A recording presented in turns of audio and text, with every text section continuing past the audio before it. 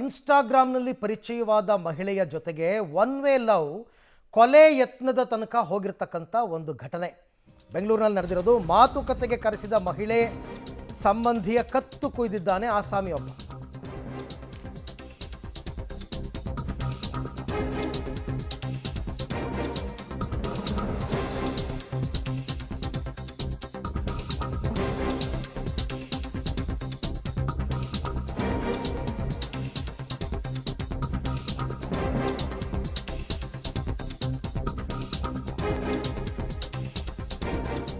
ಇನ್ಸ್ಟಾಗ್ರಾಮ್ನಲ್ಲಿ ಪರಿಚಯ ಆದ ಮಹಿಳೆ ಜೊತೆ ಒನ್ ವೇ ಲವ್ ಆಗಿರುತ್ತೆ. ಮಾತುಕತೆಗೆ ಅಂತ ಮಹಿಳೆಯ ಕರೆಸಿದಂತಹ ಮಹಿಳೆ ಸಂಬಂಧಿಯನ್ನು ಕೊಲೆ ಮಾಡೋದಕ್ಕೆ ಪ್ರಯತ್ನ ಪಟ್ಟಿದ್ದಾನೆ ಈತ. ಅದು ಏನೋ ಚಲಿಸ್ತಾ ಇದ್ದ ಬೈಕ್ನಲ್ಲೇ ಕುತ್ತಿಗೆ ಕೊಯ್ದು ಹತ್ಯೆಗೆ ಪ್ರಯತ್ನ ಪಟ್ಟಿದ್ದಾನೆ. ಯಾವತ್ತು ಜುಲೈ 17ನೇ ತಾರೀಕು ನಡೆದಿರುವಂತಹ ಘಟನೆ ಬೆಂಗಳೂರಿನ HALನಲ್ಲಿ.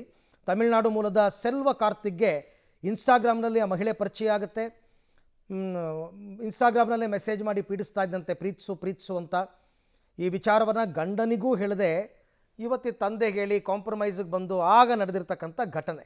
ಈ ಬಗ್ಗೆ ಮತ್ತಷ್ಟು ಮಾಹಿತಿ ನನ್ನ ಕೊಲ್ಲಿಗ್ ನಾಗೇಶ್ ಅವರಿಂದ ಪಡ್ಕೊಂಡೆ. ನಾಗೇಶ್, ಕೊಲೆಗೆ ಪ್ರಯತ್ನ ಪಟ್ಟಿದ್ದು ಯಾಕೆ ಅಂತ ಅರ್ಥ ಆಗಲಿಲ್ಲ ಈ ಕೇಸಲ್ಲಿ ನನಗೆ.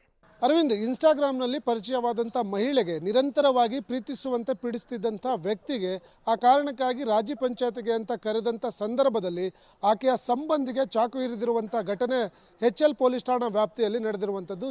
ಜುಲೈ 17ನೇ ತಾರೀಕು ಈ ಕಾರ್ತಿಕನ್ನು ರಾಜಿ ಮಾಡಲಿಕ್ಕೆ ಬಂದಂಥ ಸಂದರ್ಭದಲ್ಲಿ ಬೈಕ್ನಲ್ಲಿ ಬರುವಂಥ ವೇಳೆ ಸತೀಶ್ ಎಂಬುವನ ಕತ್ತು ಕೊಯ್ದಿರುವಂಥ ಘಟನೆ ನಡೆದಿರುವಂಥದ್ದು. ಈಗಾಗಲೇ ಘಟನೆ ಸಂಬಂಧಪಟ್ಟಂತೆ HL ಪೊಲೀಸ್ ಠಾಣೆಯಲ್ಲಿ ಒಂದು 307 ಪ್ರಕರಣ ದಾಖಲಿಸಿಕೊಂಡು ಪೊಲೀಸರು ಆರೋಪಿಯನ್ನು ಬಂಧಿಸಿ ತನಿಖೆಯನ್ನು ಮಾಡ್ತಿರುವಂಥದ್ದು.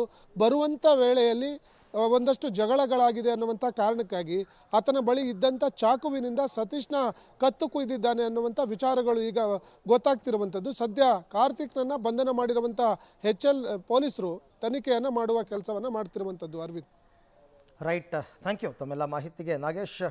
ಈಗ ಸದ್ಯಕ್ಕೆ ಗಾಯಾಳು ಯುವಕನಿಗೆ ICUನಲ್ಲಿ ಚಿಕಿತ್ಸೆ ಕೊಡ್ತಾ ಇದ್ದಾರೆ. ಆಮೇಲೆ ಆ ಆರೋಪಿಯನ್ನು HAL ಪೊಲೀಸರು ಬಂಧಿಸಿದ್ದಾರೆ.